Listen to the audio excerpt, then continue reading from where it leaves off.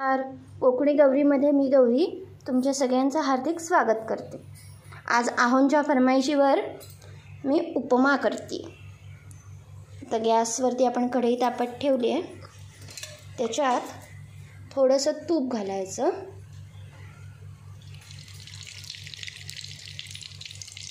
मी हा असा उपमा करते ना, तो सगळ्यांना आवडतो। आणि थोडं तेल घालायचं।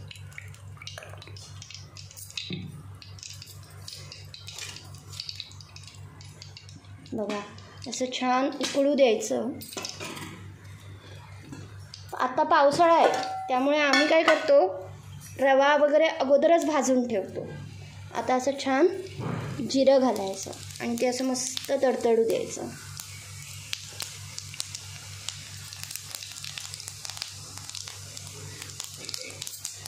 जिरं तडतडलं की आपण त्याच्यात कढीपत्ता आणि मिरची घालूया। हा कढीपत्ता आणि मिरची आमच्याच इथली आहे बरं का। हे बघा कसं मस्त तडतडतं। ते छान तडतडू द्यायचं, म्हणजे त्याच्यात तुपाची आणि चव लागते। आणि अशी मस्त मिरचीची पण चव लागते। काही असं छान तडतडलं की त्याच्यात उडदाची डाळ घालायची। सोपा आहे हो हा उपमा करायला, आणि झटपटही होतो। बघा, आता मस्तपैकी परतून घ्यायचा।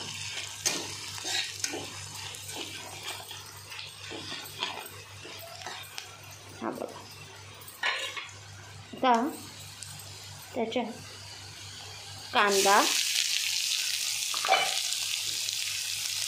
टोमॅटो आणि तुम्हाला हवे असतील तर कुठच्याही भाज्या तुम्ही ॲड करू शकता, जसं की मटार, गाजर। लहान मुलं खात नसतील तर आपण उपम्यातनं खायला घातलं की बरोबर खातात। छान असं मंद गॅसवर 5 मिनटं परतून घ्यायचं। आता 5 मिनटं हे असं मस्त परतू द्यायचं आहे। आता बघा, 5 मिनटांनी हे असं छान परतलं गेलं आहे।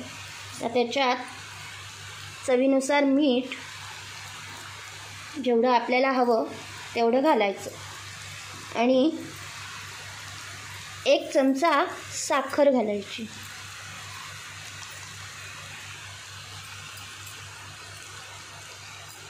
आता हे सगळं मिश्रण व्यवस्थित ढवळून घ्यायचं।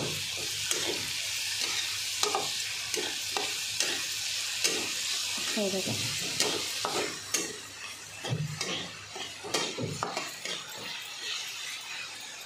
मस्त दिसते ना अशी छान फोडणी।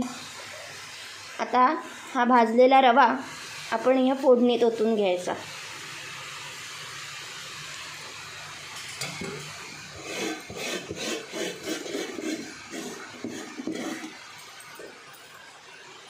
आम्ही काय करतो, पावसाळ्यामुळे रवा वगैरे सगळं भाजून ठेवून देतो, म्हणजे कसं पावसात रव्याला कीडही लागत नाही। बघा कसा असं 5 मिनटं आता परतून घ्यायचं।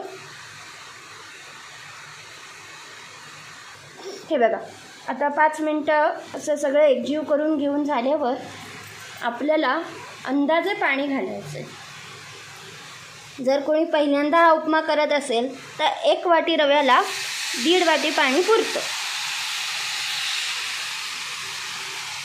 त्याप्रमाणे इथे जर आपल्याला अंदाज येत नसेल तर थोडं थोडं पाणी घालायचं, आणि हा असा एकजीव करत घ्यायचा।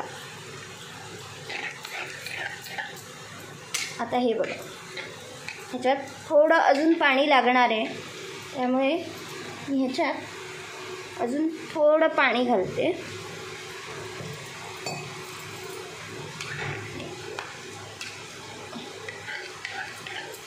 आता काय होतं, आपला कांदा, टोमॅटो, रवा सगळं शिजलेलं असतं। तर आता 10 ते 15 मिनिटासाठी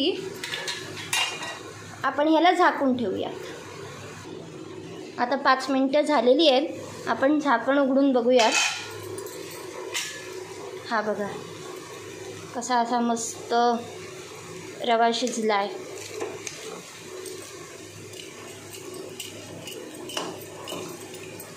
आता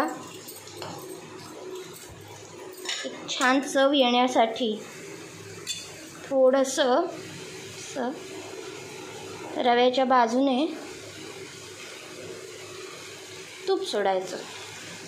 जास्त नाही, 1 चमचाभर तूप बास होतं. आणि हे छान एकजीव करून घ्यायचं. आणि आता तयार आहे आपला उपमा.